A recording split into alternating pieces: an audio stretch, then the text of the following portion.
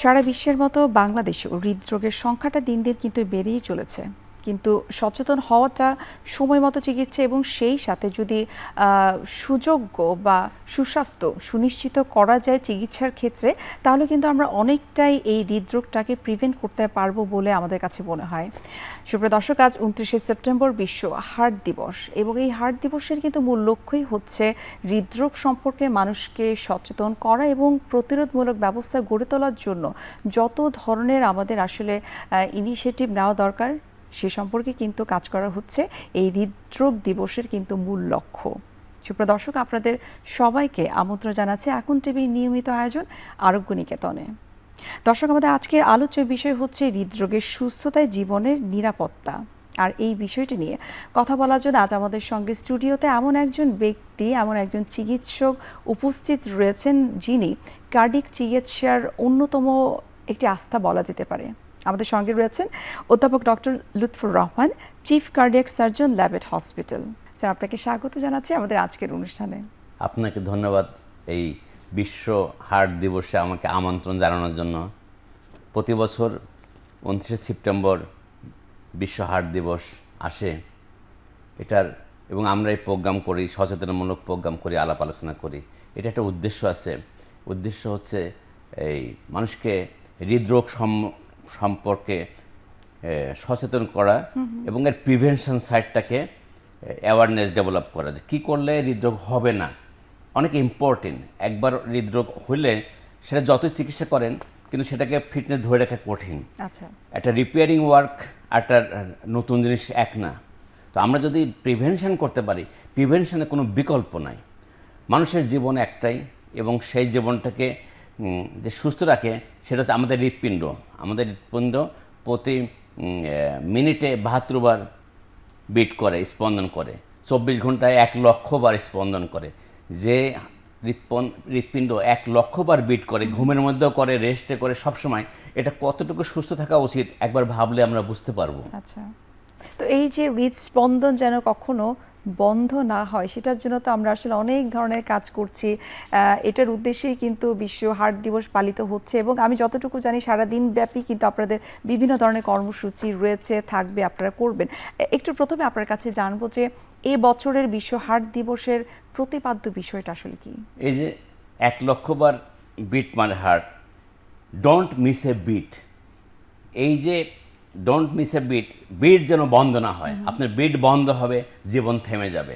So এই যে বিটটা সুস্থ রাখতে গেলে, বন্ধ না হতে গেলে যা করণীয়, সেটাই হচ্ছে আমাদের প্রতিপাদ্য।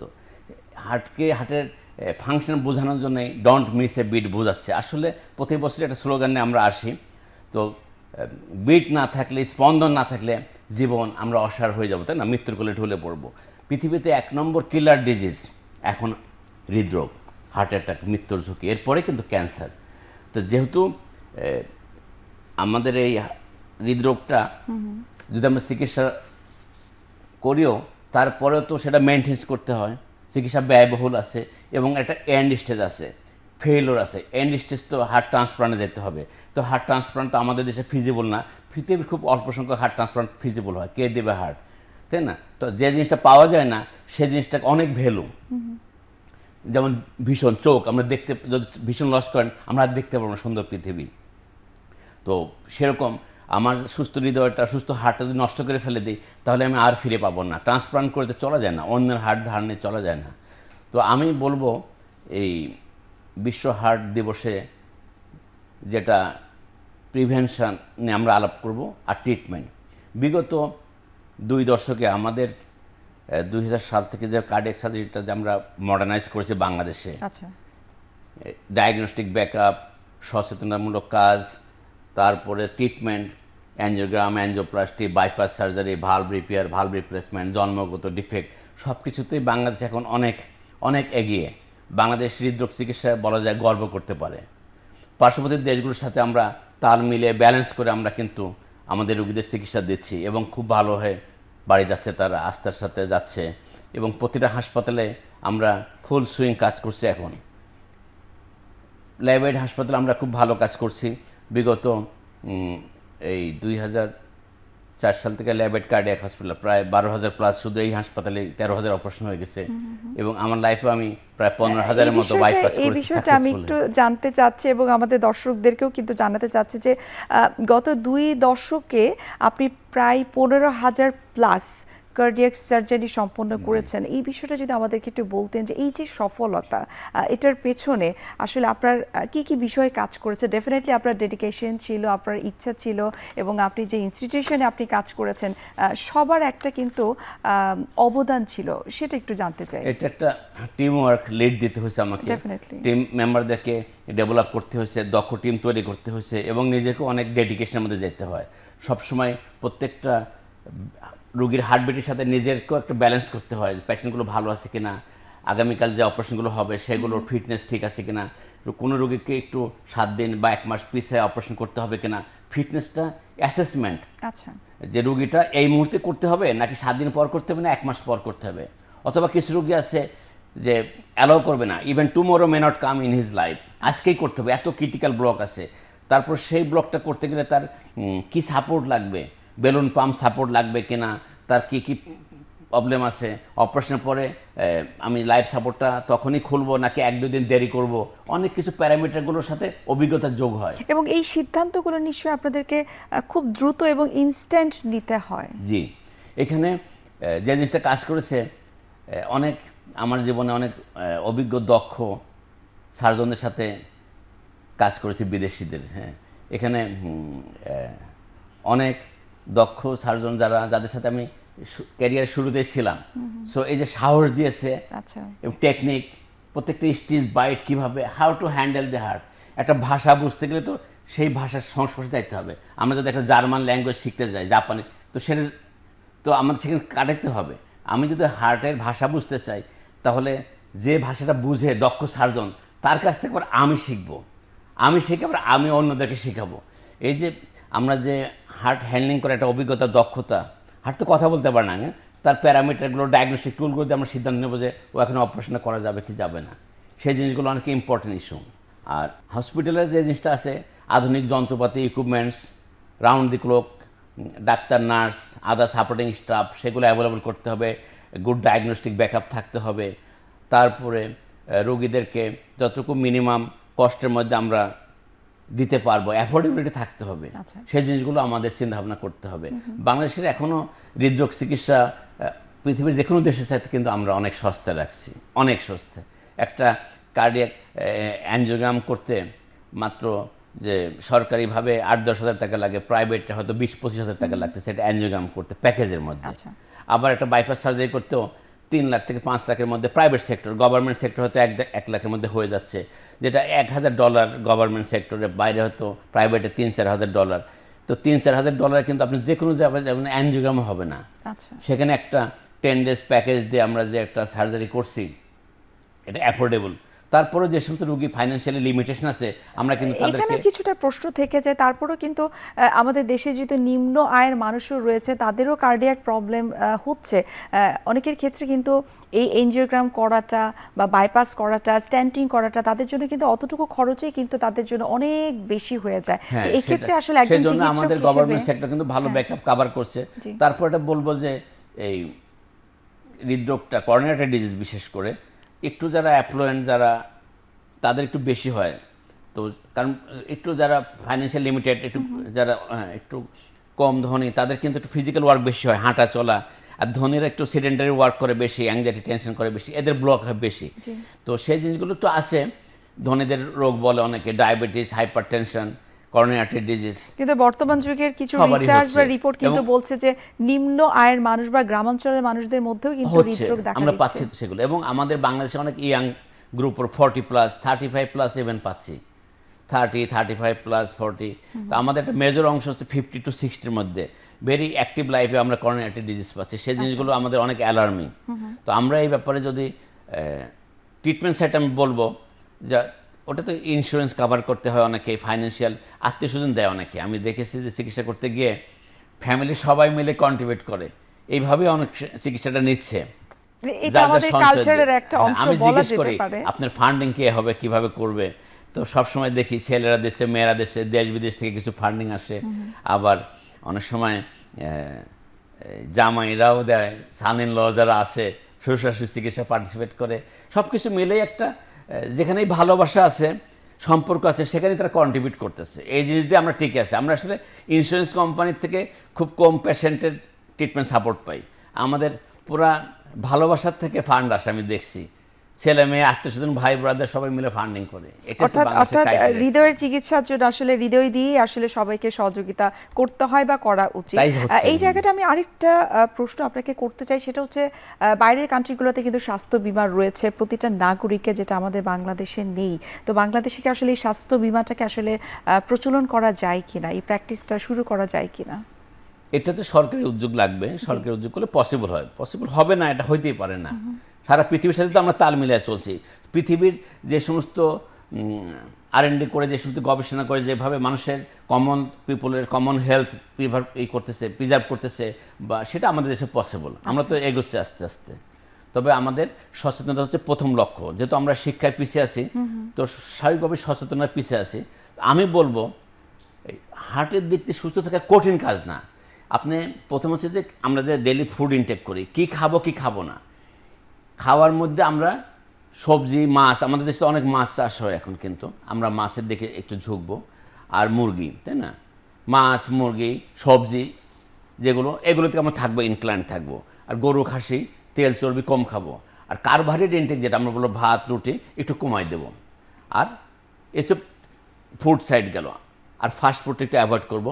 সুগার কন্টেনিং যে সফট ড্রিঙ্ক যেগুলো উইথ সুগার আছে, সেগুলো আমরা খাওয়া যাবে না। আচ্ছা, এবং বারবার যেগুলো একটু হেভি গুড ক্যালোরি, ফ্যাট সম্পর্কে জানতে চাই। মানুষ মনে করে যে আসলে ফাস্ট ফুড খাওয়া কমাই দিতে হবে। এটা হচ্ছে ফুড গেল। আর কি, এক্সারসাইজ করতে হবে আমাদের 30 থেকে 40 মিনিট হাঁটা, এক্সারসাইজ, সুইমিং এবং রেগুলার হাঁটার অভ্যাস। 30-40 মিনিট হাঁটা উচিত। আমাদের বডি ফিটনেস অনেক ভালো থাকবে, এক্সট্রা ফ্যাট থাকবে না, হার্টেও চর্বি জমবে না, হার্ট অ্যাটাকও হবে না, বডির ফিজিক্যাল স্ট্রেংথ ভালো থাকবে। আচ্ছা, এক্সারসাইজ। স্যার আপনি সেকেন্ড, বলছিলেন যে স্মোকিং। হ্যাঁ, স্মোকিং আমাদের একটা বড় অংশ ইয়াং গ্রুপটা স্মোকিং করে। স্মোকিং করাই যাবে না। তো স্মোকিং যদি না করি, আমরা ফাস্ট ফুড না খাই, তেল চর্বি কম খাই, গরু, খাসি, এক্সারসাইজ করি, আর একটা ডায়াবেটিস আর প্রেশার যদি থাকে কারণ, এটা কন্ট্রোল করতে হবে। আচ্ছা, এটা করলে আমরা সুস্থ থাকতে পারবো। স্যার আপনি খাদ্যাভ্যাস সম্পর্কে বলছিলেন যে ফাস্টফুড আইটেম অ্যাভয়েড করতে হবে। এখানে আমি একটু গুড ফ্যাট সম্পর্কে জানতে চাই। যেমন মানুষ মনে করে যে আসলে ফ্যাটটাই অলওয়েজ কোলেস্টেরলটাকে বৃদ্ধি করে, কিন্তু গুড ফ্যাট তো আমরা জানি যে গুড ফর হার্ট, এটা হার্টের জন্য খুব ভালো। কোন গুড ফ্যাটগুলো আসলে রোগীরা নিতে পারবে? ডিপেন্ডস অন, আপনি তো এমনি ফ্যাট কম খেতে হবে, বার্ন আউট করতে হবে। সেই বার্ন আউটটার দিকে আমাদের অ্যাটেনশন দিতে হবে। আমাদের তো ফুডের যে কার্বোহাইড্রেট, প্রোটিন, ফ্যাট, তিনটাই আমাদেরকে লাগবে।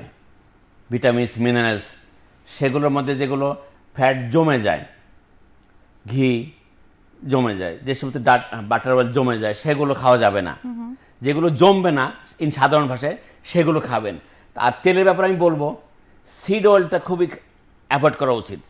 সয়াবিন তেল থেকে শুরু করে সরিষার তেল, আপনার সানফ্লাওয়ার তেল, যতই বলেন, আসলে সিড অয়েলটাকে অ্যাভয়েড করা উচিত। আমাদের বিকল্প হচ্ছে অলিভ অয়েল, সিড ছাড়া। আমরা যারা অ্যাফোর্ড করতে পারি, প্রথম হচ্ছে তেল খুবই কম খাবো, আর যদি খাই সিডলেস তেলটা খাবো। যারা অ্যাফোর্ড করতে পারি, আমরা অবশ্যই গ্র্যাজুয়ালি অলিভ অয়েলে শিফট করবো। আমরা সিড অয়েলটা আমাদের অ্যাভয়েড করা উচিত। সুগার যেমন অ্যাভয়েড করা উচিত, সিড অয়েলটা আমাদের কেয়ারফুলি এবং টার্গেটলি অ্যাভয়েড করা উচিত। আচ্ছা, ডিমের ব্যাপারে কিন্তু মানুষের একটা মিসকনসেপশন রয়েছে যে আমার কার্ডিয়াক রিলেটেড প্রবলেম হয়েছে মানে একেবারে ডিম খাওয়া যাবে না, ডিম খেলে আমার কোলেস্টেরল বেড়ে যাবে। বাট আমরা তো জানি যে ডিমের কুসুম, এটাকে আমরা গুড ফ্যাট হিসেবে আমরা কাউন্ট করে থাকি। এই মেসেজটুকু আমরা একটু দর্শকদেরকে দিতে চাই যে ডিম আসলে খাওয়া উচিত কি উচিত না। ডিম তো আমরা রেগুলার, আমি নিজেও খাই, সবারই খাওয়া উচিত আমি মনে করি। ডিম খুব অ্যাফোর্ডেবল রেঞ্জে আছে বাংলাদেশের প্রেক্ষাপটে, ইজি অ্যাফোর্ডেবল একটা প্রোটিন, ক্লাস 1 প্রোটিন, সেটা। আর কুসুমটা ডেলিতে একটা ডিমের কুসুম খেতেই পারি আমরা। আর যদি আর একটা আর হোয়াইট অংশটা আমরা হয়তো 2-3টাও খেতে পারি, কিছু যায় আসে না তাতে, যদি অ্যাফোর্ড করতে পারি। আচ্ছা, এখন স্যার একটু জানবো, আপনি বলছিলেন যে কার্ডিয়াক প্রবলেম ম্যাক্সিমাম ক্ষেত্রেই 50-এর পরে হচ্ছে, কিন্তু বর্তমানে আমরা যদি দেখি, সেটা গ্লোবালি হোক, বাংলাদেশের প্রেক্ষাপটে কিন্তু অনেক ইয়াং পিপল যারা রয়েছে তাদের মধ্যে কিন্তু কার্ডিয়াক অ্যারেস্ট হচ্ছে, কার্ডিয়াক রিলেটেড প্রবলেম হচ্ছে। এর পেছনে কোনো কারণ রয়েছে কিনা? ফ্যামিলি হিস্ট্রি কাজ করে। বাবা মার হার্টের অসুখ থাকলে তাদের খুব অ্যাগ্রেসিভ একটা ব্যাপার কাজ করে। আর স্মোকিং ফ্যাক্টর কাজ করে। আর্লি যেগুলো ডায়াবেটিস আছে, diabetes, hypertension, smoking, family history আর এক্সারসাইজ যদি না করে, এই জিনিসগুলো আমরা কিছুদিনের যদি কয়েকটা হিস্ট্রি যদি আমরা বলি, দু একজনের কার্ডিয়াক অ্যারেস্ট রয়েছে যারা রেগুলার ফিজিক্যাল অ্যাক্টিভিটিসে ছিলেন, তারা খুব হেলদি ফুড মেনটেন করতেন, কিন্তু তারপরও তাদের কার্ডিয়াক অ্যারেস্ট হয়েছে। এটা আসলে এই কারণটা অনেকেই জানতে চায় যে কেন আসলে হচ্ছে, যে তিনি ফিজিক্যালি অ্যাক্টিভ, তিনি ভালো সুষম খাবার গ্রহণ করছেন, কিন্তু তারপরও তার কেন কার্ডিয়াক অ্যারেস্ট হবে? না, সেটা তো একটা অ্যাবনর্মাল বা ভেরি ফিউ। যারা রেগুলার ফুডে তারা ম্যাক্সিমাম ভালো থাকে, দুই একটা তো ইনসিডেন্ট হইতেই পারে। Even non obstructive coronary artery ডিজিজও হার্ট অ্যাটাক হয়, কোনো ব্লক নেই অ্যাঞ্জিওগ্রামে দেখা গেছে, বাট পার্সেন্ট ভেরি ফিউ। তো সেভাবে তো হইতেই পারে। তারপরে আমরা প্র্যাকটিস করবো যে এটা রুটিন ভালো থাকার যে ফর্মুলাটা, সেই ফর্মুলাটা আমাদের মানতে হবে। যে আমরা ফুডের ব্যাপারে রিজার্ভেশন থাকতে হবে, কোনটা খাবো কোনটা খাবো না, আমার এক্সারসাইজ প্রোগ্রাম আছে কিনা লাইফ স্টাইলের মধ্যে, আর আমাদের কার্ডিয়াক চেক আপ। আমরা যদি চেক আপে থাকি তাহলে তো ট্রিটমেন্ট দেওয়া যাচ্ছে। যার বললেন সাডেন কার্ডিয়াক অ্যারেস্ট, তার তো প্রবলেম ছিল, বাট সে ডায়াগনস্টিক টুলটা করে নাই, কাজে লাগায়নি। এখন একটা পেশেন্টের একটা ইকো করলে, 2D ইকো করলে, এটা বেসিক জিনিস, আমার হার্টের পাওয়ার ঠিক আছে কিনা, পাম্পিং পাওয়ার ঠিক আছে কিনা, ভালভ ঠিক আছে কিনা, ওয়াল মোশন ঠিক আছে কিনা, একটা ইকো করলেই জানা যায় যে তার হার্টটা কেমন আছে। তো একটা ইকো সরকারিভাবে হয়তো 200 টাকা লাগে, প্রাইভেটে করলে 800 টাকা থেকে 1000 টাকা লাগে। তো আমরা যদি বছরে একটা ইকো করে দেখি, 40 বছর বয়সে একটা ইকো করি, ইভেন বাচ্চা জন্মের পরও কিন্তু ইকো করে দেখা উচিত তার ভিতরে জন্মগত কোনো ডিফেক্ট আছে কিনা। আমরা অ্যাট দি এজ অফ 30, 40 সবসময় একটা হার্টের ইকো করে দেখা উচিত। একটা ইকোতে কিন্তু ডিটেলস বোঝা যায় হার্ট কেমন আছে। তারপর যদি সাপোর্টিং লাগে, you can do one ECG. একটা ইসিজি তো সামান্য 20 টাকা 50 টাকা দিয়ে একটা ইসিজি করা যাচ্ছে। সো ইসিজি আর ইকো, এই যে বিশ্ব হার্ট দিবসে আমি মেসেজ দিতে চাই, আপনারা সবাই একটা 2D ইকো করবেন, একটা ইসিজি করে দেখবেন। আর যদি একটা টেস্ট করতে হয় তাহলে হার্টের জন্য 2D ইকো করতে হবে, দুটো টেস্ট করলে ইসিজি করতে হবে, তিনটা টেস্ট করলে যদি পেইন হয় তাহলে ইটিটি করতে হবে। পাশাপাশি সাপোর্টিং কোনো অসুখ আছে কিনা, ডায়াবেটিস দেখতে হবে, থাইরয়েড ফাংশন দেখতে হবে, সিরাম লিপিড প্রোফাইল দেখতে হবে, কোলেস্টেরল মাত্রা দেখতে হবে, তাই না?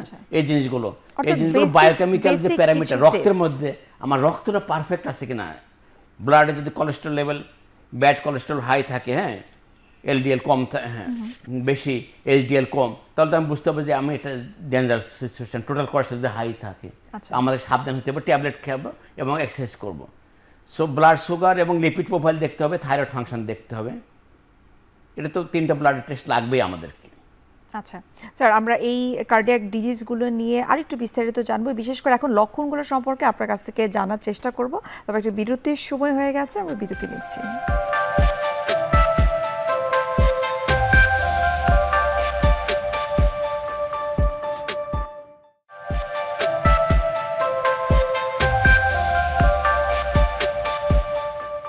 স্যার, বিরতির আগে আমরা কথা বলছিলাম যে আসলে কম বয়সীদের কেন আসলে কার্ডিয়াক অ্যারেস্ট হচ্ছে বা হার্ট অ্যাটাক হচ্ছে। একটু জানবো এখন যে কার্ডিয়াক প্রবলেম যাদের হচ্ছে, তার আগে নিশ্চয়ই কোনো বেসিক কিছু সাইন সিমটম থাকে, এই সিমটমগুলো সম্পর্কে আপনার কাছে জানতে চাই।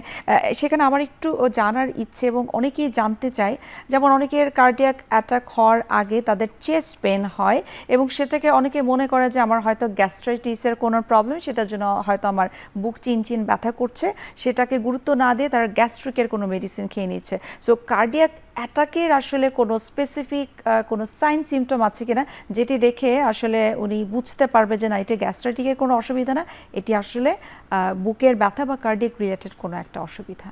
আমাদের যাদের বয়স 40+, বিশেষ করে এক্ষেত্রে যে হার্ট অ্যাটাক, বুকে রক্তনালীতে সমস্যা, এটাতে না, রক্তনালীতে যদি চর্বি জমে, কোলেস্ট্রল জমে, ফ্যাট জমে, রক্ত চলাচলের বাধাগ্রস্ত হচ্ছে। আমরা যদি ফিজিক্যাল ওয়ার্ক করি, একটু স্পিডে হাঁটি, ডেইলি 30-40 মিনিটস, হাঁটার সময় বুক চেপে আসতেছে, বুক ভারী হয়ে আসতেছে, হ্যাঁ, অথবা রেডিয়েটিং পেইন যাচ্ছে, হ্যাঁ, অথবা একটা ব্যক্তির দেখা যাচ্ছে খাওয়ার পরে তার ডাইজেশন করতেই পারছে না, আফটার 40-তে কিন্তু এই যেটা আমরা বলি গ্যাস্ট্রাইটিস, হ্যাঁ, এটার চাইতে কার্ডিয়াকটাকে এক্সক্লুড করতে হবে। আচ্ছা, হার্টের ডিজিজে যদি করোনারি ডিজিজ থাকলে অনেক সময় গ্যাস্ট্রাইটিস হয় বা খাওয়ার পরে হজম হতে চায় না, তো এরা যতটুকু অ্যাটেনশন দেয় গ্যাস্ট্রান্টালোসিসের দিকে, কার্ডিয়াকটাও দেখতে হবে যে ঠিক আছে আপনি গ্যাস্ট্রান্টালোসিস দেখাবেন, কিন্তু পাশাপাশি কার্ডিয়াক চেক আপ করতে হবে, ইসিজি, ইকুইটিটি করতে হবে আপনাকে। আর সাথে যদি ডায়াবেটিস, হাইপারটেনশন থাকে, আরও এটাকে সিগনিফিকেন্ট সহকারে গুরুত্ব দিতে হবে। আচ্ছা, তো আমি মনে করি যারা রেগুলার এক্সারসাইজ করে তারা হাঁটার মধ্যে টের পাবে, ওয়ার্কের মধ্যে। আপনি যদি গাড়ি যদি ড্রাইভ করেন, গাড়ি ইঞ্জিন ডিস্টার্ব থাকলে টের পাওয়া যায়। তো আপনি যদি পরিশ্রম করেন ঠিকই, বা সাঁতার কাটেন, সিঁড়ি ভাঙেন, ঠিকই আপনার বুক ধরবড় করবে, শ্বাসকষ্ট হবে, এই জিনিসগুলো সাফোকেটিং হবে, পেইন হবে, রেডিয়েশন হবে, এই জিনিসগুলো neck pain, arm radiation, central chest pain, বুক ভারী হয়ে আসবে, সেই জিনিসগুলো দ্রুত হাসপাতালে যেতে হবে। যদি কখনো বুক ভারী হয়ে আসে, আচ্ছা, হ্যাঁ, তাহলে সে যখনই হোক না কেন দ্রুত একটা ইসিজি করতে হবে, টপোনিন টেস্ট করতে হবে, এই জিনিসগুলো করতে হবে, হাসপাতালে যেতে হবে। এখন আমাদের বাংলাদেশে এই কার্ডিয়াক ডায়াগনস্টিক টুলগুলো অ্যাভেলেবল আছে নিয়ার বাই অনেক জায়গায়। যারা সিটি লাইফ লিড করে তারা তো প্রত্যেক শহরেই কিন্তু এখন এই ডায়াগনস্টিক টুল আছে। আমি বলবো একটা ইসিজি, একটা টপোনিন টেস্ট তাৎক্ষণিক করা যাচ্ছে, প্রত্যেকটা হাসপাতালে আছে, মোটামুটি ডিস্ট্রিক্ট লেভেলে 2-4টা হাসপাতাল সব জায়গায় আছে ইভেন।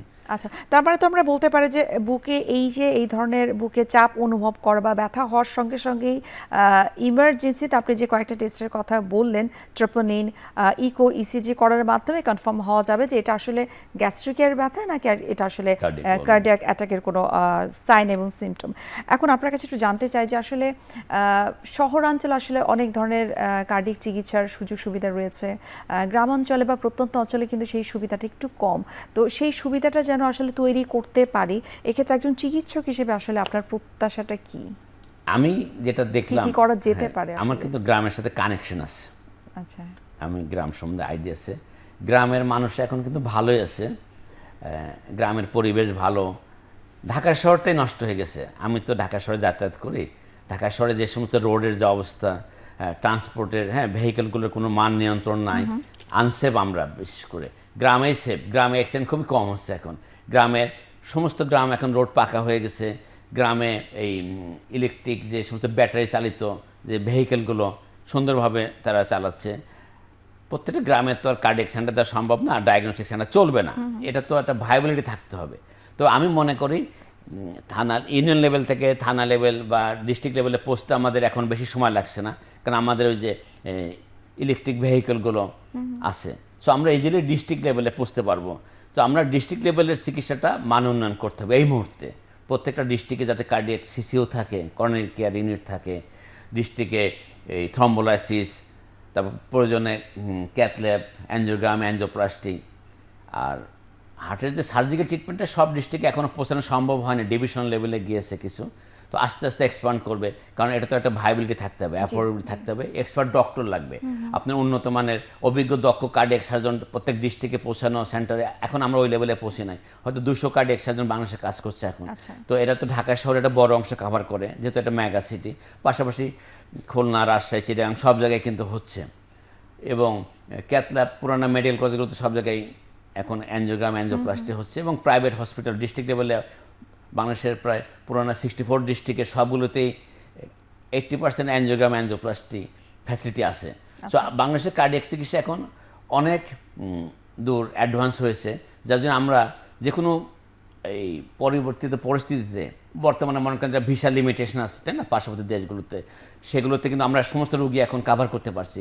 কোভিড টাইমে যেমন হাসপাতালগুলো কোভিডের চিকিৎসা দিচ্ছে, আমরা full swing cardiac emergency cover করছি, angiogram, angioplasty, bypass, open heart surgery. So Bangladesh সত্যিকার অর্থেই কিন্তু এই 2025 সালে হৃদরোগ চিকিৎসায় স্বনির্ভর এবং গর্বের সাথে স্বনির্ভর আমি বলবো। জি, এটা তো আমাদের জন্য অবশ্যই আশাব্যঞ্জক একটা কথা, কিন্তু তারপরও কিছু কিছু ইনসিডেন্ট কিন্তু হচ্ছে বা আমরা দেখতে পাচ্ছি। যেমন কোনো একটা পেশেন্টের হয়তো কার্ডিয়াক অ্যারেস্ট হলো, তিনি সরকারি কোনো একটা হসপিটালে গেলেন, ইকো, ইসিজি করা হলো, তারপরে ডাক্তাররা সেখানকার হয়তো পরামর্শ দিলেন যে এই মুহূর্তে তার চিকিৎসা এই জায়গায় করা সম্ভব না, তাকে দ্রুত ঢাকায় নিয়ে যান। তো ঢাকায় নিয়ে আসতে আসতে আসলে তখন দেখা যায় যে রোগীর গুরুতর অবস্থা হয়, কোনো কোনো ক্ষেত্রে আসলে সেইগুলোকে আসলে ম্যাসিভ হার্ট অ্যাটাক হলে তাৎক্ষণিক যেটা করতে হয়, সেখানে সার্জিক্যাল কোনো রোল নাই, আপনাকে মেডিকেল ট্রিটমেন্ট দিতে হবে। আপনাকে হার্ট অ্যাটাক রোগী কি করা যেতে পারে, যে থ্রম্বোলাইসিস চিকিৎসা এবং লাইফ সাপোর্ট, ভেন্টিলেশন, ফুসফুসে পানি আসে হার্ট অ্যাটাকের পরে, তখন যদি লাইফ সাপোর্ট না দেন, তখন যদি রাস্তায় অ্যাম্বুলেন্সের রোগী আসে, তাহলে রাস্তায় মারা যাবে। কতগুলো জিনিস বুঝতে হবে যে রোগী এখন শিফট করা যাবে কিনা। আচ্ছা, কিছু সময় আছে যে রোগী স্টেবল না হওয়া পর্যন্ত শিফট করা যাবে না, এটা বুঝতে হবে। সেই রোগীকেও মানতে হবে যে আমি এই হার্ট অ্যাটাকের মধ্যে শ্বাসকষ্টের রোগী অক্সিজেন দিয়ে রাস্তায় যাব, রাস্তায় তো শ্বাসকষ্ট আরও বাড়লে সে বাঁচবে না, কারণ অক্সিজেন ডিমান্ড থাকলে সে রোগী ডিফিকাল্ট। যখন সে স্টেবল হবে, তারপর সে একটা ডিস্ট্রিক্ট লেভেল থেকে ঢাকা শহরে বা আদার ডিভিশন শহরে মুভ করতে পারবে। ওইটুকু বুঝতে হবে ওই ক্লিনিশিয়ানকে, যে কার্ডিওলজিস্ট যে ডিস্ট্রিক্ট লেভেলে চিকিৎসা দিচ্ছে বা থানা লেভেল থেকে দ্রুত শহরে পাঠাতে হবে ডিস্ট্রিক্ট লেভেলে, যাতে ওখানে লাইফ সাপোর্ট আছে। এই ভেন্টিলেশন ফ্যাসিলিটি থাকতে হবে হার্টের রোগীদের। ভেন্টিলেশন কিন্তু পার্ট অফ ট্রিটমেন্ট। অনেক আছে না লাইফ সাপোর্টে গেছে, লাইফ সাপোর্ট কিন্তু ভালো জিনিস, যখন প্রয়োজন যদি আপনি লাইফ সাপোর্ট না দেন তাহলে রোগী বাঁচবে না কিন্তু। তারপর অ্যারিথমিয়া, এলোমেলো বিট মারে, হার্ট থেমে যায়, এটা কিন্তু অ্যারিথমিয়ার মধ্যে পড়ে। এটারও কিন্তু ট্রিটমেন্ট আছে, এটাকেও আপনার ট্যাবলেট দিয়ে ঠিক করি বা ডিসি শক দিয়ে ঠিক করি, দুইটা ভাবে ঠিক করা হয়। যদি খুবই ভয়ঙ্কর হয় আমরা ইলেকট্রিক শক দিই, অথবা অ্যামিউডারন ট্যাবলেট আছে, হ্যাঁ লিগনোকাইন আছে, সব কিছু মিলে কিন্তু ট্রিটমেন্ট ঠিক করা যায়। এই জিনিসগুলো এখন আমাদের দেশে কার্ডিওলজিস্টের সংখ্যা বেশি আছে, এরা কিন্তু সব জায়গায় ডিস্ট্রিক্ট লেভেলে কাজ করছে। অথবা আপনার ওই যেটা টেলিফোনের মাধ্যমে যোগাযোগ করা যায়, অন্যান্য সিনিয়র ডাক্তারদের হেল্প নেওয়া যায়, টেলিমেডিসিনে হেল্প নেওয়া যায়, চাইলে ডিস্ট্রিক্ট লেভেলেও কিন্তু কমিউনিকেশন করে আমাদের সাথে, সেভাবে সম্ভব। এক্ষেত্রে হয়তো পরামর্শ নিচ্ছেন আপনি, যেটি বললেন যে টেলিফোনের মাধ্যমে হয়তো বা সিনিয়রের সঙ্গে হয়তো সেই পরামর্শটা নিচ্ছেন, কিন্তু যে ইকুইপমেন্টগুলোর কথা আপনি বলছেন, যে ভেন্টিলেশন মেশিন কিন্তু আসলে মফস্বল লেভেলে কিন্তু অত ভালোভাবে নেই, তো সেক্ষেত্রে আসলে কি ব্যবস্থা গ্রহণ করা যেতে পারে? এক্ষেত্রে আপনার প্রত্যাশা? ভেন্টিলেশন মেশিনের দাম বেশি না, অ্যানেস্থেসিওলজিস্ট এখন আছে। আমি বলবো যে প্রত্যেকটা হাসপাতাল চাইলেই পারে, তারা যে ব্যক্তি একটা হাসপাতাল দিতে পারে সে 10-12 লাখ টাকা দিয়ে অবশ্যই লাইফ সাপোর্ট মেশিন কিনতে পারে। এটা অনেক বাংলাদেশের প্রেক্ষাপটে যারা ইনভেস্টর আছে কিন্তু হসপিটালে, তাদের ইচ্ছাই যথেষ্ট। আমি মনে করি একটা ইসিজি মেশিন, আল্ট্রাসাউন্ড হচ্ছে সব জায়গায়, আল্ট্রাসাউন্ডের মেশিনের সাথে কিন্তু প্রব লাগে ইকোটা করা যায়। So ECG, echo, ultrasound, life, একটা হাসপাতালে যেখানে অ্যানেস্থেসিয়া দিচ্ছে অবশ্যই সেখানে অ্যানেস্থেসিয়া আছে, সেখানে কিন্তু ভেন্টিলেশন দেওয়া সম্ভব। হাসপাতালগুলোকে যদি স্বাস্থ্য অধিদপ্তর থেকে একটু হেল্প করে, গাইডলাইন দেয়, আমাদের স্বাস্থ্য অধিদপ্তর তো এটা। আমি আসলে এই বিষয়টাই জানতে চাচ্ছিলাম যে এই যে আমাদের একটা স্বাস্থ্যসেবার ক্ষেত্রে একটা গ্যাপ রয়েছে, সেই গ্যাপটাকে ফিল আপ করার জন্য আসলে সরকারি পর্যায়ে আর কি কি ধরনের ইনিশিয়েটিভ নিলে তখন আমরা স্বাস্থ্যসেবাটাকে আসলে সুনিশ্চিত করতে পারবো? দেখেন, আপনার আকাশে যে আমরা বিমান উড়ে, তাই না, প্রত্যেকটি এয়ারলাইন্সের তো একটা ফিটনেস আছে, কিন্তু ইন্টারন্যাশনাল সার্টিফিকেটে আকাশে বিমান উড়ে। আমি মনে করি এই বিমানের সাথে আপনার হাসপাতালকে কম্পেয়ার করা উচিত। একটা হাসপাতালে লাইসেন্স দেওয়া উচিত না যদি তার ডিফিব মেশিন না থাকে, না থাকে, তার লাইফ সাপোর্ট ভেন্টিলেশন মেশিন না থাকে, তার যদি এই লেভেলে কজন ডাক্তার না থাকে, আপনার যদি পাইলট না থাকে, ক্রু না থাকে, বিমান উড়াইতে পারবেন আকাশে? পারবেন না, অ্যালাউ করবে না। তো আপনার ওই হাসপাতালের লাইসেন্স আপনাকে দেখাইতে হবে, যে কয়জন অভিজ্ঞ ডাক্তার আছে তার লিস্ট দিতে হবে, আপনার কী কী ইকুইপমেন্ট আছে। বাংলাদেশে যেমন সব কিছুর একটা রেগুলেটরি সিস্টেম আছে, তাই না? তো আপনার হেলথ রেগুলেটরি সিস্টেম আছে। হাসপাতাল যে পরিচালক হাসপাতাল, সে যদি ডিস্ট্রিক্ট লেভেলে তার যদি ইন্সপেকশন দিয়ে কোয়ারি করে, ওই কয়টা হাসপাতাল ডিস্ট্রিক্ট লেভেলে আছে বা ইভেন ঢাকা শহরে যেগুলো আছে হাসপাতালগুলোর আরেকটু আপগ্রেড করতে গেলে আমি চাবো যে ওটাকে আপগ্রেড হোক, হাসপাতাল বন্ধ করার কাজ না কিন্তু, কারণ রোগীরা তখন যাচ্ছে। কি হেল্প করলে হাসপাতাল থেকে আরেকটু আপগ্রেড হবে, কোন কোন ডাক্তারকে পাঠাইলে ট্রেনিং দিয়ে আসতে পারবে, তাই না? আপনি সরকারি হাসপাতাল আমাদের অনেক অভিজ্ঞ ডাক্তার আছে, ইভেন গভর্নমেন্ট চাইলে প্রাইভেট ডক্টরদেরকেও কাজে লাগাতে পারে, যে এই 5টা ডিস্ট্রিক্টের 25টা হাসপাতালকে একটু ট্রেনিং আপগ্রেড করতে হবে, তাদের ডাক্তার নার্সকে একটু মান্থলি 2-4 দিনের যে উইকেন্ডে যাও কিন্তু ট্রেনিং দেওয়া যায়, এইভাবে লাইফ সাপোর্ট দেবে, এইভাবে লাইন দেবে, ব্লাড গ্যাস মেশিনে এভাবে চালাতে হবে, ব্লাড গ্যাস মেশিনের যে রিপোর্টটা ইন্টারপ্রিটেশন শিখাই দেওয়ার জন্য।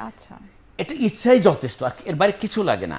সরকার তার রেগুলেটরি অথরিটি আছে, ডাইরেক্টর হসপিটাল টিম দিয়ে ইন্সপেকশন করবে এবং বিভিন্ন প্যানেল ডক্টর থাকবে, সেই প্যানেল ডক্টর দিয়ে তারা ওদেরকে ট্রেনিং প্রোগ্রাম দেবে। অতীতে WHO থেকে কিন্তু ডক্টর পাঠায় ট্রেনিং দিত আমাদের দেশে, কার্ডিয়াক সার্জারি যখন প্রথম দিকে ডেভেলপ হয়েছে। তো এখন কিন্তু আমাদের নিজেদের অনেক অভিজ্ঞ ডাক্তার দেশে, এই ডাক্তার দিয়েই বাকি ডাক্তারদের ট্রেনিং দেওয়া সম্ভব, শুধু একটা ব্রিজিং দরকার, কোঅর্ডিনেটের দরকার। আচ্ছা, তো এই যে ব্রিজিং এর কথা আপনি বললেন বা একটা কোঅর্ডিনেশনের দরকার রয়েছে, আজকে এই যে বিশ্ব হার্ট দিবস, এই হার্ট দিবস উপলক্ষে যে ধরনের আপনাদের বিভিন্ন ধরনের সেমিনার, সিম্পোজিয়াম নিশ্চয়ই হবে, এই ধরনের প্রস্তাব কি আপনাদের থাকবে? আমি মনে করি আমাদের ল্যাবএড হসপিটাল, এখানে কিন্তু প্রায় আমাদের যে 500 বেডের হসপিটাল, আমাদের কার্ডিয়াক, জেনারেল সবই আছে, ল্যাবএডে একটা বিশাল ক্যান্সার হসপিটাল আছে। বাংলাদেশের যে কোনো হসপিটাল যদি মনে করে যে তাদের একটু কোঅর্ডিনেশন দরকার, কোঅপারেশন দরকার, ল্যাবএড 2 হাত প্রসারিত করে তাদেরকে হেল্প করবে সবসময়। আমাদের কার্ডিয়াক টিম, আমাদের ক্যান্সার হসপিটাল, আমাদের যে স্পেশালিস্ট হসপিটাল, নিউরো সার্জন, আমরা ওই হাসপাতালকে ফিজিক্যালি গিয়ে আমরা কোঅর্ডিনেট করব এবং তাদেরকে ট্রেনিংয়ের ব্যবস্থা করব, এবং তারাও চাইলে আমাদের ল্যাবএড হসপিটালে আসতে পারবে, তারা চাইলে। ল্যাবএড সবসময় ওয়াদাবদ্ধ, প্রতিজ্ঞাবদ্ধ সমাজের জন্য।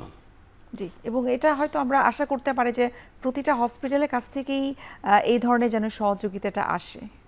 আমি মনে করি সবাই সাহায্য করবে, কিন্তু কোনো একটা হাসপাতাল যখন দেয় তারা যদি চায় যে আমাদের একটু ট্রেনিংয়ের ব্যবস্থা করে দেন, আমরা আসেন, আমরা কিন্তু হেল্প করবো, এবং কেউই না বলবে না। আচ্ছা, যারা ইনভেস্ট করতেছে তারা আসলে আগ্রহ থাকা উচিত যে আমাদের ডক্টর নার্সদের ট্রেনিংয়ের ব্যবস্থা করে দেন, ওরাও পাঠাতে পারে আমাদের কাছে, ওরা চাইলে কিন্তু আমরাও যা ট্রেনিং দিয়ে আসতে পারি। আমি মনে করি এই জিনিসটা উপলব্ধির সময় আসছে, যেমন ত্রুটিপূর্ণ বিমান আকাশে উড়ানো যায় না, ত্রুটিপূর্ণ হাসপাতাল চালানো যায় না, তাহলে আপনার রোগীরা আনসেফ থাকবে।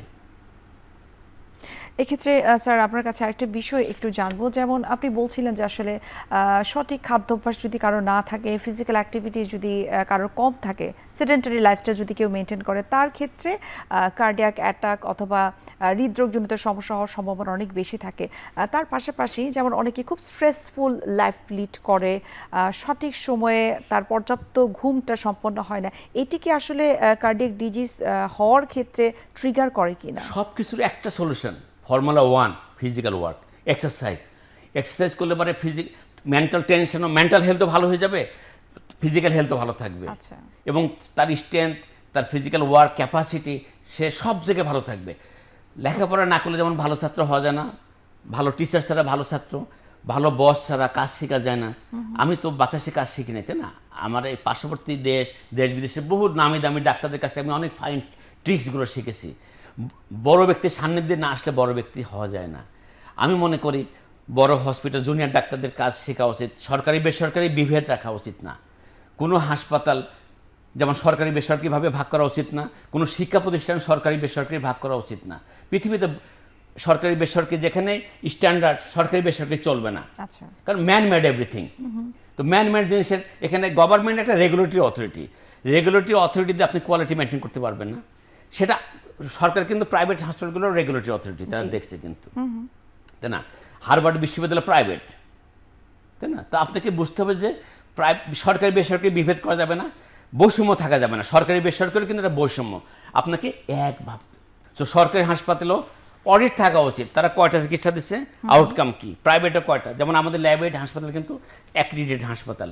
আপনার একটা হাসপাতাল দিলে হবে না, অ্যাক্রিডিটেশন আছে কিনা, ইন্টারন্যাশনাল অ্যাক্রিডিটেশন। আমাদের কার্ডিয়াক, আমাদের জেনারেল, আমাদের ক্যান্সার সব কিন্তু অ্যাক্রিডিটেড হসপিটাল। পৃথিবীতে আপনি যদি শিক্ষিত দাবি করেন, আপনি প্রথমে বলে কোন ইউনিভার্সিটির সার্টিফিকেট আপনার, তাই না? আপনি যদি বলেন আমি স্বশিক্ষিত, অনেকেই ডাউট করবে। আমার একটা বড় হাসপাতাল কিন্তু আমার অ্যাক্রিডিটেশন নাই, সার্টিফিকেট নাই, তার মানে আপনার কোয়ালিটির ব্যাপারে আমার সন্দেহ থাকতেই পারে। আপনার হাসপাতালটা 10 বেডের না 1000 বেডের আমি জানি না, আপনার সার্টিফিকেট কোথায়, অ্যাক্রিডিটেশন কোথায়? অ্যাক্রিডিটেশন দেশেরও যদি সরকারের একটা অ্যাক্রিডিটেশন বডি থাকতে হবে একদম হাই লেভেলের, তারা ওই হাসপাতালকে অডিট করবে। সেই অ্যাক্রিডিটেশন বডিতে সরকারি বেসরকারির টপ লেভেলের হেলথ এক্সপার্টরা থাকবে এই অ্যাক্রিডিটেশন বডিতে। আমার বিদেশি অ্যাক্রিডিটেশন দরকার নেই, দেশের মধ্যে যদি একটা সরকারি লেভেলে অনেক পাওয়ারফুল অ্যাক্রিডিটেশন বডি থাকে, এক্সপার্ট কার্ডিয়াকের বিগ শর্ট যারা, এরা যদি ইন্সপেকশন গেল না এই হাসপাতালে এই সমস্ত ইনস্ট্রুমেন্ট ইকুইপমেন্ট ডক্টর নার্স, হ্যাঁ এটা সেফ ফর দ্য পেশেন্ট। যদি আনসেফ হয় তাহলে অ্যাক্রিডিটেশন বডির দোষ হবে। এখন তো আমরা কাউকে দোষ দিই না, ওই পার্টিকুলার ডাক্তারকে আমরা করি কি, গালাগালিজ করি, তার নামে ভাঙচুর করি, হাসপাতালে গ্লাস ভাঙি, কম্পিউটার ভাঙি, এগুলো করি। কিন্তু আসলে ওই হাসপাতালে অ্যাক্রিডিটেশন কে দিয়েছে তাকে ধরা উচিত। আচ্ছা, রেগুলেটরি অথরিটিকে আমরা ধরবো, ওই হাসপাতালের লাইসেন্স কে দিয়েছে। ওখানে একটা অ্যাক্রিডিটেশন বডির তদন্ত রিপোর্ট থাকবে, এই সমস্ত ইকুইপমেন্ট ইনস্ট্রুমেন্ট অনলাইনে থাকতে হবে। এই হাসপাতালের অনলাইনে কী কী ফ্যাসিলিটি আছে, তাদের ডাক্তার লিস্ট দেখবো, আমরা ইকুইপমেন্ট লিস্ট দেখবো, ফাংশনিং নন ফাংশনিং, তারা কতটা চিকিৎসা দিচ্ছে, রোগী কয়টা মেরেছে, কয়টা ভালো করেছে, কী কী ধরনের চিকিৎসা হয়, সব অনলাইনে আনতে হবে। আচ্ছা, শুধু ইনকাম ট্যাক্স যেমন অনলাইনে আসছে এখন নতুন প্রাইভেট লেভেলে, হাসপাতালে অনলাইনে আনতে হবে। প্রত্যেকটা ডিপার্টমেন্ট অনলাইনে কয়টা চিকিৎসা দিচ্ছে, আউটকাম কি। আচ্ছা, অর্থাৎ monitoring and evaluation is very জনগণ আমরা দেখতে চাই যে প্রত্যেকটা হাসপাতালের স্ট্যান্ডার্ড কি, অনলাইনে দেখতে চাই। ল্যাবেড হাসপাতাল ইন করবো, কার্ডিয়াকরা এই বছরে কয়টা চিকিৎসা দিচ্ছে, তারা কয়টা রোগী খারাপ হচ্ছে, আমরা অনলাইনে দেখতে চাই। এই হাসপাতাল ডক্টর লিস্ট দেখতে চাই, ইকুইপমেন্ট লিস্টও দেখতে চাই, কোন সালে ইকুইপমেন্ট কেনা তাও দেখতে চাই। আমরা আশা করি আপনার কথা শুনে মনে হচ্ছে আসলে আজ আমাদের ঊর্ধ্বতন কর্মকর্তা যারা রয়েছেন, স্বাস্থ্য বিভাগে যারা রয়েছেন, আশা করি আপনার এই কথাগুলো কিছু তারা নিতে পারে, আমাদের এই কার্ডিয়াক সেক্টরটাকে আমরা আরো বেশি উন্নত করতে হবে। শুধুমাত্র কার্ডিয়াক সেক্টর নয়, বিদেশে তো মানুষ ওরা পারলে আমরা কেন পারবো না? আমাদের ইচ্ছা থাকলেই যথেষ্ট। Regulatory authority, instrument equipment, man power, এই ব্যাপারে আমাদের গুরুত্ব দিতে হবে এবং কোঅর্ডিনেট করতে হবে। আচ্ছা, আমরা একটা ইনস্ট্রুমেন্ট কিনলে কিন্তু বিদেশ থেকে লোক আনি ট্রেনিং দেওয়ার জন্য, নতুন নতুন মেশিন, এমআরআই মেশিন। তো হাসপাতালগুলোর আমাদের দেশে বড় বড় ডাক্তার আছে, ওদেরকে হায়ার করে নিয়ে ট্রেনিং প্রোগ্রাম করলে কিন্তু হয়ে যায়। আচ্ছা স্যার, এই যে আপনি এত চমৎকার করে কিছু নীতিমালার কথা আপনি বলছেন যে কিভাবে আসলে উন্নত করা যায়, সেই বিষয়গুলো আরেকটু বিস্তারিত জানবো।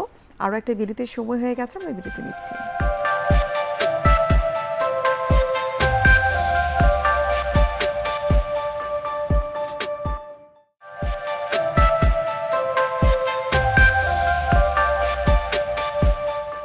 স্যার, বিরতির আগে আমরা কথা বলছিলাম যে নীতিমালা নিয়ে কিভাবে আসলে মনিটরিং করা যেতে পারে, কিভাবে আসলে ইভালুয়েট করা দরকার, সেই বিষয়গুলো আরেকটু আপনার কাছে জানতে চাই। Health regulatory body, accreditation body থাকতে হবে। এখন দেখা যাচ্ছে কি সরকারি ডিজি হেলথের আন্ডারে একটা হসপিটাল সেকশন আছে, ওরা দিচ্ছে, ওরা ম্যানেজ করছে। আচ্ছা, শুধু সরকারের ওই চাকরিজীবী করলে হবে না, এখানে ওই হাসপাতাল ঠিক আছে কিনা, কারণ সরকারের ওই ডিজি হেলথের মধ্যে তো আর কার্ডিওলজিস্ট, কার্ডিয়াক সার্জন বিভিন্ন, তারা হয়তো অন্য জায়গা থেকে নিচ্ছে, ল্যাবের যখন শুরু হয় তখন আসছিল।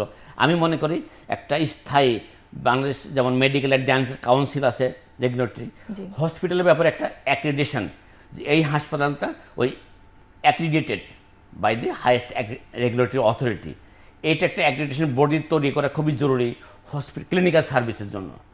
আরেকটা জিনিস আমি মনে করি বাংলাদেশে যেটা পিছিয়ে আছে, রিহ্যাবিলিটেশন। একটা ম্যাসিভ হার্ট অ্যাটাকের পরে রোগী রিহ্যাবিলিটেশন, তো হাসপাতাল তো বেশি দিন থাকা যায় না, বিল উঠবে, তাই না? হাসপাতালের পরে একটা রিহ্যাবিলিটেশন সেন্টার যাওয়া উচিত, সেখানে 2 সপ্তাহ 4 সপ্তাহ হোক, তাকে একটা স্লোলি একটা এক্সারসাইজ প্রোগ্রামে যেতে হবে। আচ্ছা, যে কোনো বড় মেজর অ্যাটাকের পরে, হ্যাঁ, হার্ট অ্যাটাকের পরে হতে পারে, ট্রান্সপ্লান্টের পরে হতে পারে, মেজর নিউরো সার্জারি পরে হতে পারে, রিহ্যাবিলিটেশন সাইটটা আমাদের দেখতে হবে। তো আমাদের কিন্তু কার্ডিয়াক রিহ্যাবিলিটেশন প্রোগ্রামটা পিছিয়ে আছে। স্যার হয়তো সম্ভব হয় না যে কার্ডিয়াক সার্জারির পরে রিহ্যাবিলিটেশন সেন্টারে যে সেই সার্ভিসটুকু নেওয়া। সরকার চাইলে হবে, তো সরকার প্লাস আরও বিজনেসম্যান যারা আছে ইনভেস্ট করতে চায়, বিদেশে কিন্তু ফলো করতে হবে, তাই না? সব দেশের মানুষ সুস্থ থাকতে গেলে একই নিয়ম মানতে হবে। একটা ছেলে মেধাবী, কিন্তু এই মুহূর্তে হয়তো বাংলাদেশে সেটা সম্ভব হচ্ছে না, কিন্তু বিকল্প পসিবল ব্যবস্থা হতে চাইলে পারে। হবে। একটা দুটো সেন্টার আসতে হবে, রিহ্যাব সেন্টার আসতে হবে আমাদের দেশে। আমাদের ওই যে মানসিক হেলথে রিহ্যাব সেন্টার করে, কিন্তু ক্লিনিক্যাল সেক্টরে রিহ্যাব করতে হবে একটা পার্ট। আর যেটা বললাম যে রেগুলেটরি অথরিটি, হাসপাতালগুলোর মান নিয়ন্ত্রণ, প্রত্যেকটা হাসপাতালের সার্টিফিকেট থাকতে হবে। আচ্ছা, এটা ছাড়া হাসপাতাল আপনার সেফটি জোন আনতে পারবেন না। ওই হাসপাতাল সেফ কিনা অ্যাক্রেডিটেশন থাকতে হবে। আপনি ঢাকা ইউনিভার্সিটি গ্র্যাজুয়েট, তাই না? কেন সার্টিফিকেট দিচ্ছে? সারা পৃথিবী জানে যে ঢাকা ইউনিভার্সিটি বাংলাদেশে একটা উন্নত মানের, বা নর্থ সাউথ প্রাইভেট ব্র্যাক যেটাই বলেন না কেন। সো আপনি যদি একাডেমিক সার্টিফিকেট লাগে, তা আপনার হাসপাতালের একটা অ্যাক্রেডিটেশন লাগবে না? এই যে আপনি বললেন যে আসলে এখানে সার্বিকভাবে সবার সহযোগিতার মাধ্যমে কিন্তু এই চিকিৎসা সেবাটাকে আমরা বিশ্বমানের পর্যায়ে নিয়ে যেতে পারবো। তার পাশাপাশি আরেকটি বিষয় কিন্তু চলে আসে যে নিয়ম কানুন সব কিছু ঠিক আছে, কিন্তু এখানে যিনি কার্ডিয়াক সেক্টরটা নিয়ে আমি কথা বলতে চাচ্ছি, যে কার্ডিয়াক সার্জারি যিনি করবেন, যে ডাক্তার এটি সম্পন্ন করবেন, সেখানে স্কিল ডাক্তারের প্রয়োজনও কিন্তু রয়েছে। আপনার কাছে একটা প্রশ্ন আমার রয়েছে, এই যে আপনি দীর্ঘ এত বছর যাবৎ ডেডিকেটেড একজন কার্ডিয়াক সার্জন হিসেবে আপনি কাজ করছেন, ভবিষ্যতে যারা আসলে কার্ডিয়াক সেক্টরে আসতে চাচ্ছে, কার্ডিওলজিস্ট হতে চাচ্ছে, তাদের প্রতি আপনার পরামর্শ কি? আসলে কতটুকু ডেডিকেটেড ওয়েতে, কতটুকু প্যাশেন্স নিয়ে আসলে এই সেক্টরটাতে আসা উচিত? যারা প্রফেশনাল ক্যারিয়ার করতে চায় তাদেরকে সিদ্ধান্ত নিতে হবে এই সেক্টরে। যখন বাংলাদেশে কার্ডিয়াক সার্জারি, বাইপাস সার্জারি হতো না, আমরা কিন্তু তখন এই ইন্ডিয়ান ডক্টরদের সাথে, সিঙ্গাপুরের ডক্টরদের সাথে, ফ্রান্স থেকে ডাক্তার আসতো, ইউকে থেকে আসতো, ইউএসএ থেকে আসতো, আমরা কত গভীর আগ্রহে শিখেছি। এখন হয়তো একটা লেভেলে আমরা এস্টাবলিশ হয়েছি, তারপরেও যারা জুনিয়র ডক্টর তারা যদি আমাদের দেশে অভিজ্ঞ ডাক্তারদের ক্লাসে যায়, 3 মাস 6 মাস 1 বছর কাজ শিখতে চায়, cardiac surgery, angiogram, angioplasty easily possible. পাশাপাশি পার্শ্ববর্তী দেশে যদি একটু তারা এক্সপ্লোর করতে চায়, দেখতে চায়, আচ্ছা, রোবোটিক যুগ আসছে, তাই না? রোবোটিক সেন্টারে তারা যাবে একসময়, বাংলাদেশ এখন নাই, কিন্তু আমাদের রোবট উকি দিচ্ছে, কিন্তু বাংলাদেশে ঢুকবে রোবোটিক চিকিৎসাটা, রোবোটিক সার্জারি আসবেই বাংলাদেশে, সময়ের ব্যাপার একটা।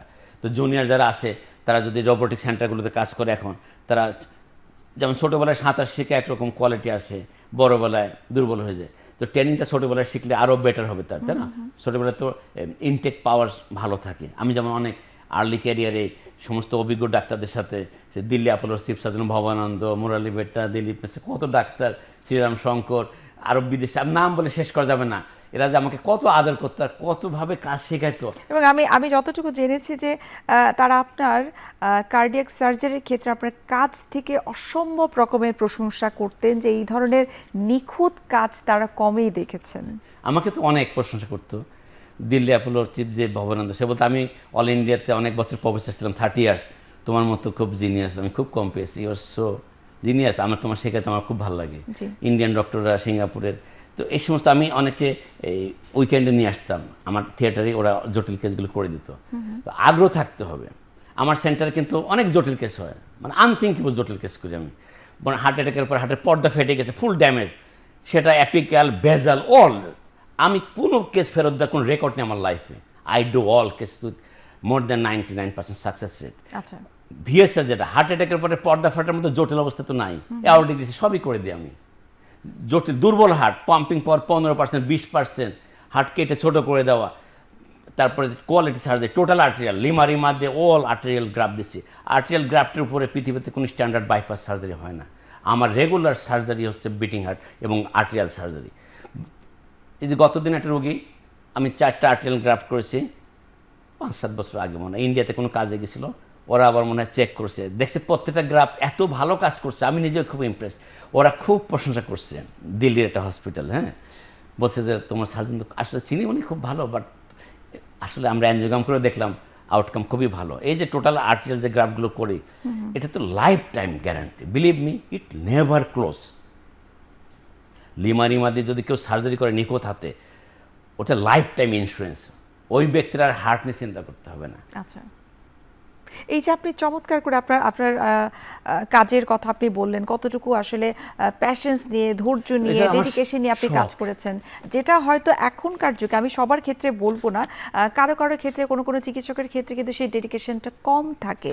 এবং এখন কিন্তু মানবিকতা এই বিষয়টাকে কিন্তু খুব প্রায়োরিটি দেওয়া হচ্ছে, এবং এমবিবিএস কোর্সে এটাকে ইনক্লুড করার চেষ্টা করা হচ্ছে, যেন যে স্টুডেন্টসরা ডাক্তারি পড়ছে তাদের মধ্যে যেন চিকিৎসা দেওয়ার পাশাপাশি মানবিকতা বিষয়টা যেন চলে আসে। এই বিষয়টিকে আপনি কিভাবে দেখছেন? আমি মনে করি শুধু চিকিৎসাতে একটা গ্রামার ফলো করতে হবে, আগ্রহ। ক্লাসে কিন্তু সব ছাত্র সমান মনোযোগী থাকে না, সবসময় ফিল্টার হতে থাকে। তো আমাদের তো এখন অনেক মেডিকেল স্কুল আছে, অনেক মেডিকেল কলেজ আছে, তাই না? ভালো ভালো যদি মোটিভেশন দরকার, আমরা যারা সিনিয়র ডক্টর, এরা যদি জুনিয়রদেরকে মোটিভেট করতে পারি, আমরা যদি তাদের আহ্বান জানি আমাদের কাছে আসো, তাই না? কাছে আসতে হবে, তুমি তো কাজ শেখানো যায় না। আমি মনে করি বাংলাদেশের আমরা অনেক মানবিক, রোগীর প্রতিও মানবিক, জুনিয়র ডাক্তারদেরও কাজ শেখার ব্যাপারে আমরা অনেক আন্তরিক, এবং আগামীতে এটা আরও চাই যে আরও ভালোভাবে এগোক। আমাদেরকে তো নিজেদেরকে স্বনির্ভর হতে হবে। আমাদেরই যে রোগীটা আসছে সেটা হয়তো কারোর বাবা মা ভাই বোন, তাই না? এরকম আমার নিজের বাবা মা ভাই বোনও হয়তো অন্য ডাক্তার কাছে যাচ্ছে, তো আমরা একে অপরকে হেল্প না করলে বাঁচবে কেমনি করে? আমরা নিজেদেরকেই উন্নতি করতে হবে, নিজেদেরকে একে অপরকে রেসপেক্ট করতে হবে। আমি যদি আপনাকে রেসপেক্ট না করি, আপনি তো আমাকে রেসপেক্ট করবেন না। আমাদের সামাজিক অনেক অবক্ষয় আছে, সেই অবক্ষয়গুলোকে আমরা গভীরভাবে আমরা বর্তমানে অবজার্ভ করছি। বর্তমান সময় আমরা কিন্তু আগামী দিনে যদি এই অবক্ষয় থেকে বেরোয় না আসতে পারি, আমরা জাতি হিসাবে কিন্তু আমরা অনেক ক্ষতিগ্রস্ত হয়ে যাব। আমি সবার প্রতি অনুরোধ, শুধু ডাক্তার ভালো ব্যবহার করবে আর এটা আমি আশা করি না, আমরা টোটালি একে অপরকে অনেক ভালোবাসা হতে, রেসপেক্ট করা উচিত। ওই ব্যক্তিটার কিন্তু ঘর সংসার আছে, ছেলে মেয়ে বউ বাচ্চা আছে, আমরা তাকে নিগৃহ করতে পারি না। আমি অনেক অবজার্ভ করতেছি, বিভিন্ন সোশ্যাল ইস্যুতে অনেক নিগৃহীত হচ্ছে, কিন্তু ওর পরিবার সন্তান আছে, হয়তো একটা ব্যক্তি অপরাধ করছে, গোটা পরিবার তারা অপরাধ করে নেয়, তার শিশু সন্তানরা অপরাধ করে নেয়। একটা ব্যক্তি হাসপাতালে আসলে যেমন আমরা তার পরিবারের দিকে তাকাই, তার ফাইন্যান্সিয়াল সাইড দেখি, তার ব্যক্তিগত ফিটনেস দেখি, তার ওয়াইফের মুখের দিকে তাকাই, আমি বলি যে হ্যাঁ আপনার হাজব্যান্ড ভালো চিকিৎসা পাবে, আপনি দুশ্চিন্তা করবেন না। তো সমাজের প্রত্যেকটা ক্ষেত্রে আমাদের এই গ্যারান্টি দিতে হবে। একটা অন্য অফিসে অন্য কাজে গেছেন, সে অফিসকে বলতে হবে না আমি আপনার এই প্রবলেমটা সলভ করবো, দায়িত্ব নিলাম, আমি দায়িত্ব নিয়ে করবে কাজটা, এইটা শিখতে হবে। আচ্ছা, জি, দায়িত্ব নেওয়া শিখতে হবে। অর্থাৎ সুচিকিৎসা দেওয়ার পাশাপাশি যেটি আপনি বলছিলেন যে আসলে মানবিকতার বিষয়টিকে গুরুত্ব দেওয়া অনেক বেশি গুরুত্বপূর্ণ। আমরা আরো বিষয়গুলো ঢাকা শহরের সিটি মেয়রগুলো, সিটির কি অবস্থা, এটা কি দায়িত্ব হলো? শুধু আপনি আমার হাসপাতালে সেই ডিসিপ্লিন চাচ্ছেন, আমার তো রোডে বেরোনোর পর আমার সেই রোডে যে আমি সেফলি পুষবো আমার হসপিটালে, আমি যে গুলশান থেকে ধানমন্ডি পুষবো, আপনার কোনো ডিসিপ্লিন আছে? অর্থাৎ সার্বজনীনভাবে সকলের সহযোগিতা দরকার, এই প্রত্যেক বিষয়টি আমরা আপনি বলতে সেক্টর ডেভেলপ চাচ্ছেন। না করলে তো সেই স্যার, শহরে আমরা বসবাস করা এই যায় না। বিষয়গুলো আরেকটু আপনার কাছ থেকে সুন্দর করে জানার চেষ্টা করব, বিস্তারিত জানার চেষ্টা করব। আমরা আরেকটা বিরতি নিচ্ছি, বিরতির সময় হয়ে গেছে।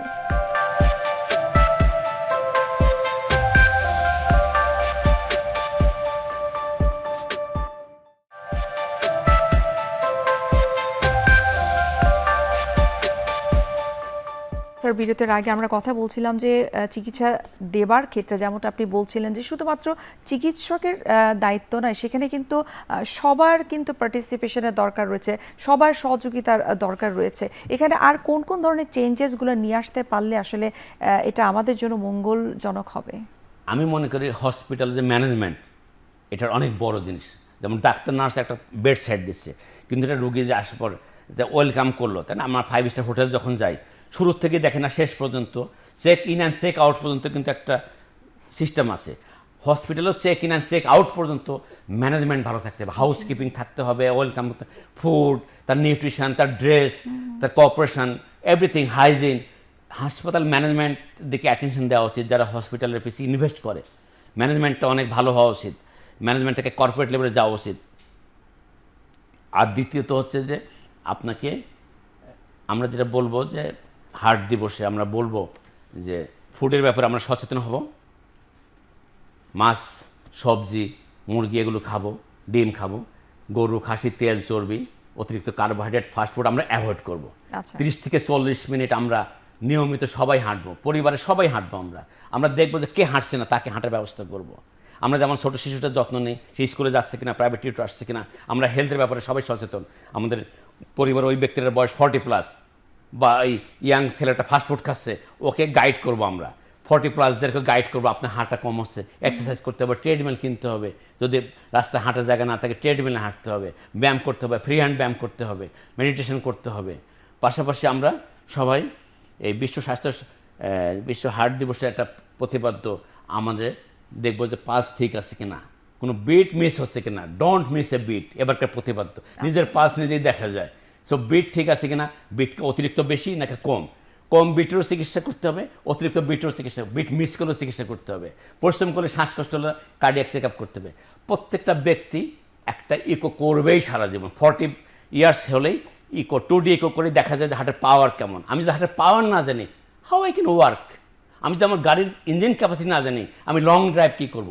জীবন একটা লং ড্রাইভ, এই লং ড্রাইভ পাড়ি দিতে গেলে সুস্থ হার্ট লাগবে। আর সুস্থ হার্ট আছে কিনা জানতে গেলে একটা ইকো লাগবে, একটা ইসিজি লাগবে।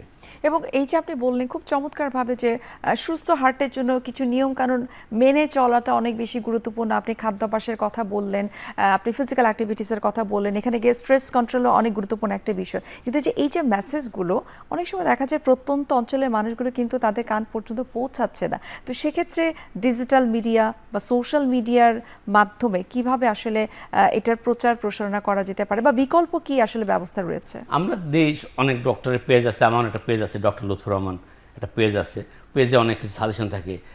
বিদেশি হাসপাতাল ডেভিড শেডের পেজ আছে, সবাই কিন্তু বলে। আমরা যদি এখন সেটা না শুনে আমরা যদি ইউটিউব, ফেসবুকে আদার দেন হেলথ সেক্টরে মুভ করি তাহলে হবে না। আমরা অন্য সেক্টর দেখব, কিন্তু হেলথের অ্যাডভাইসগুলো ফলো করব। আর প্রত্যেকে যারা পরিবারের শিক্ষিত, দায়িত্বশীল, তারা বাকিদেরকে গাইড করব। আমাদের মুরব্বী যারা আছে, ভাই বোন, বাবা মা, ওদেরকে হেলথ চেক আপে নিয়ে আসবো আমরা।